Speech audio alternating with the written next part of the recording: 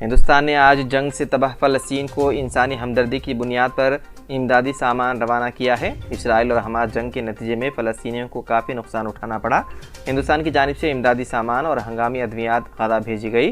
Indian air force سیارہ جس میں ضروری ادویات، جراحی کا سامان، خیمے، سونے کی بستر، ترپال، سینیٹری یوٹیلیٹی، گولیاں اور دیگر ضروری اشیاء شامل تھیں۔ غازی آباد کے ہند ایئر بیس سے مصر کے العریش ہوائی اڈے کے لیے روانہ ہوئے۔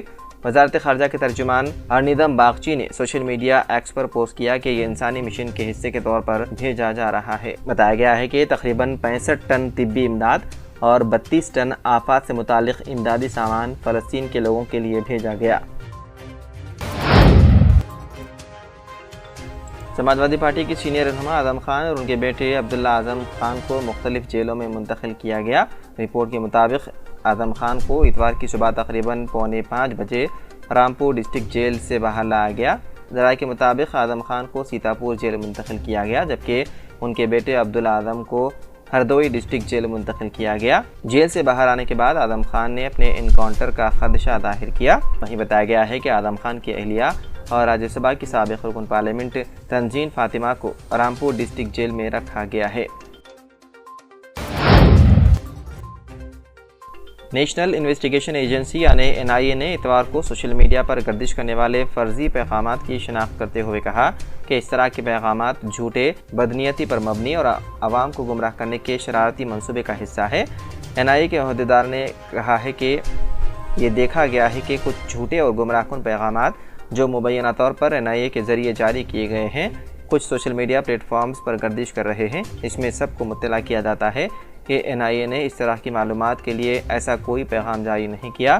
یہ سوشل میڈیا پر گردش کرنے والے اس پیغام سے مراد ہے جس میں لوگوں سے کسی مذہب کی غلط حرکتوں کو بے نقاب کرنے کے لیے ہیلپ لائن نمبر کال کرنے کی درخواست کی گئی ہے۔ افسر نے کہا اس طرح کے پیغامات مکمل طور پر جھوٹے، جعلی اور بدنیت پر مبنی ہیں اور عوام کو گمراہ کرنے کی مذموم سازش کا حصہ ہے۔ اتر پردیش کی دارالحکومت لکھنؤ میں ایک سرکاری پرائمری اسکول کی ہیڈ ماسٹرز کو طلباء کے گروپ کو اسکول کے احاطے میں نماز پڑھنے کی اجازت دینے پر معطل کر دیا گیا۔ پرنسپل کو ہفتے کو معطل کر دیا گیا تھا اور یہ واقعہ جمعے کو پیش آیا۔ ایک ضلعی سطح کے تعلیمی افسر نے کہا اسکول کے احاطے میں نماز پڑھنا محکمے کے رہنمانہ خطوط کے خلاف ہے۔ یہ کارروائی ایک ویڈیو کے سوشل میڈیا پر وائرل ہونے کے بعد کی گئی جب مبینہ طور پر اسکول کے احاطے میں طلباء کا ایک گروپ کو نماز پڑھتے ہوئے دیکھا گیا تھا۔ ریاست تلنگانہ میں آئندہ ماہ ہونے والے اسمبلی انتخابات کے پیش نظر تلنگانہ بھر میں جگہ جگہ تلاشی مہم انجام دی جا رہی ہے۔ اسی کے ایک حصے کے طور پر بیگم بازار پولیس اسٹیشن سے وابستہ پولیس عہدیداروں نے گاندھی بھون کے پاس انسپکٹر این شنکر صاحب کی نگرانی میں پرتاپ ریڈی اور عملے نے گاڑیوں کی تلاشی مہم انجام دی تاکہ کسی بھی غیر قانونی منتقلی کو روکا جا سکے۔ اسرائیل نے جنین میں الانصار مسجد پر کیا حملہ۔ اسرائیل کے غزہ میں حملے بڑھتے جا رہے ہیں اور اب کسی مقام کو نہیں چھوڑ رہا ہے۔ اسرائیل ڈیفنس فورس نے اتوار کو کہا ہے کہ اس نے مغربی کنارے کے جنین میں واقع الانصار مسجد کے زیر زمین کمپلیکس پر فضائی حملہ کیا۔ IDF نے کہا کہ اس جگہ کو حماس اور اسلامی جہاد تحریکوں کے ارکان استعمال کر رہے تھے۔ واضح رہے کہ اس سے قبل اسرائیل پر اسپتال اور پھر گرجا گھر پر بمباری کرنے کے الزام ہیں، جبکہ اسپتال پر بم گرانے سے وہ صاف انکار کرتا رہا ہے۔ IDF نے جنین میں الانصار مسجد میں زیر زمین دہشت گردوں کے کمپاؤنڈ پر فضائی حملہ کیا۔ حماس اور اسلامی جہاد کے کارکن مسجد میں رہتے تھے اور اسے دہشت گردانہ حملوں کے لیے استعمال کرتے تھے۔ IDF نے ٹیلی گرام پر کہا مسجد کو دہشت گرد حملوں کی منصوبہ بندی اور اس کو انجام دینے کے لیے کمانڈ سینٹر کے طور پر استعمال کیا جاتا تھا۔ اسرائیل کے غزہ میں گزشتہ 24 گھنٹوں سے مسلسل جاری بمباری میں 55 فلسطینی شہید ہو گئے، جبکہ مغربی کنارے میں ایک مسجد کو بھی شہید کیا گیا۔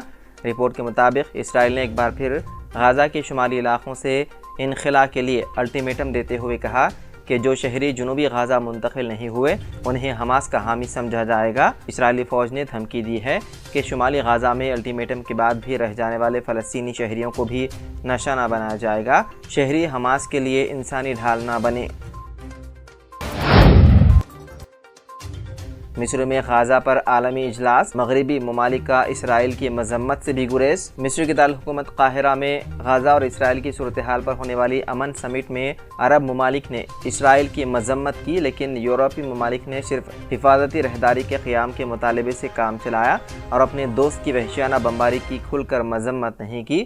رپورٹ کے مطابق اسرائیل اور غازہ کے جھڑپوں سے پیدا ہونے والی صورتحال پر مصر میں ہونے والے امن اجلاس میں عالمی قوتیں منقسم نظر آئی اور اجلاس بے نتیجہ ختم ہو گیا۔ قابل ذکر بات ہے کہ اس اہم عالمی اجلاس میں اسرائیل اور اعلیٰ امریکی حکام نے شرکت نہیں کی، جس کی وجہ سے اجلاس میں جنگ بندی کی طریقہ کار پر اتفاق نہیں ہو سکا اور نہ مشترکہ اعلامیہ جاری ہو سکا۔